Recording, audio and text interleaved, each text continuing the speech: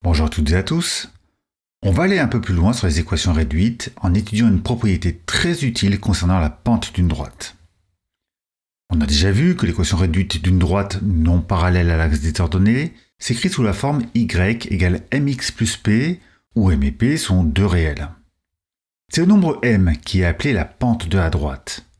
On l'appelle aussi coefficient directeur, car ce nombre décrit parfaitement la direction d'une droite. Je vous laisse revoir cela dans les précédentes vidéos en cas de besoin. Le nombre p, quant à lui, est appelé ordonnée à l'origine. Et dans la précédente vidéo, on avait vu comment trouver ces deux coefficients à partir des coordonnées de deux points. Je vous résume le raisonnement rapidement. On commence par calculer les coordonnées d'un vecteur directeur à la droite. Ici, c'est le vecteur AB. Ensuite, on considère un point M quelconque de cette droite. Et on calcule les coordonnées du vecteur AM. Après ça, on calcule le déterminant des vecteurs AM et AB. Et comme les points A, B et M sont alignés, alors ces deux vecteurs sont forcément collinéaires. Et leur déterminant est donc égal à 0. Et c'est ça qui nous donne l'équation cartésienne de la droite AB. Pour l'équation réduite, on isole Y et c'est fini. Voilà comment on fait pour trouver l'équation réduite d'une droite AB quand on connaît les coordonnées des points A et B. Et cette équation est très utile à connaître quand on parle d'une droite. Et c'est pour ça qu'on recherche souvent l'équation réduite à partir des coordonnées de deux points par lesquels passe cette droite. Et que diriez-vous d'une méthode plus rapide ? Cette méthode vient de la propriété suivante. Si on a deux points A et B dont on connaît les coordonnées, alors la pente de la droite AB s'obtient en faisant un calcul YB-YA sur XB-XA. Cette propriété permet donc de trouver directement un des deux coefficients de l'équation réduite, ce qui va nous faire gagner du temps quand on recherchera cette équation.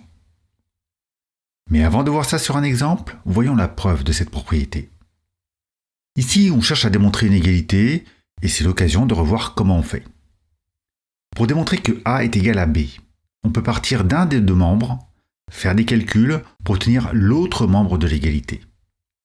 C'est ce qu'on ferait par exemple si vous voulez vérifier cette égalité. On calculerait le membre de droite pour voir s'il est bien égal au membre de gauche.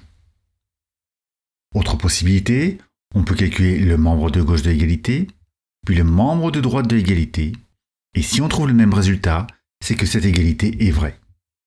C'est ce qu'on ferait si on voulait démontrer que 3 x 8 est égal à 6 x 4.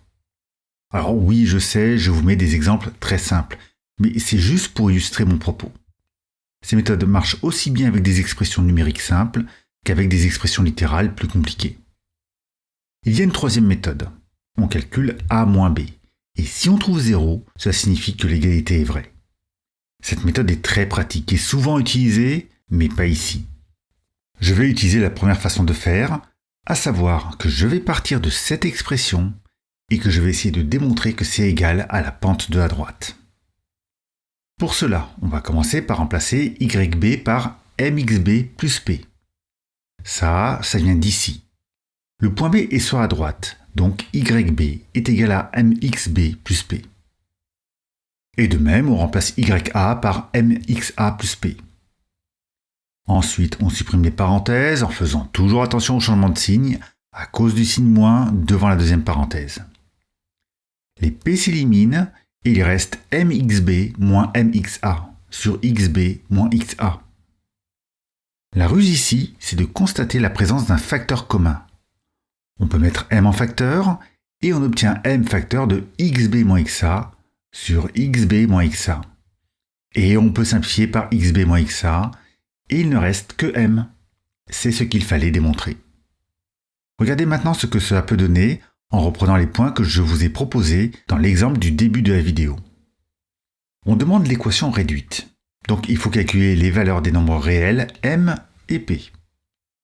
Pour le calcul de M, on utilise la propriété qu'on vient de voir. On remplace l'ordonnée de B par 5 et celle de A par moins 3, puis on remplace l'abscisse de B par moins 1 et celle de A par 3. On calcule 5 moins 3 qui fait 8 et moins 1 moins 3 qui fait moins 4, et au final, on trouve que la pente de la droite AB est égale à moins 2. Ce qui fait que l'équation réduite est maintenant y égale à moins 2x plus p. Pour le calcul de p, par contre, on n'a pas de formule particulière. Et on n'en a pas besoin puisqu'il suffit d'utiliser cette équation en remplaçant x et y par les coordonnées d'un point de à droite. Par les coordonnées de A par exemple. Ya est égal à moins 3 et xa est égal à 3. Moins 2 fois 3, ça fait moins 6. On n'a plus qu'à additionner 6 des deux côtés pour trouver p égale 3.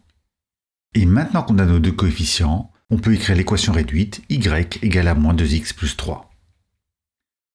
Voilà pour cet exemple d'application très classique. Et si vous comparez avec cette autre méthode que je vous ai présentée auparavant, qui permet d'arriver exactement au même résultat, je pense que vous voyez l'intérêt de cette nouvelle propriété.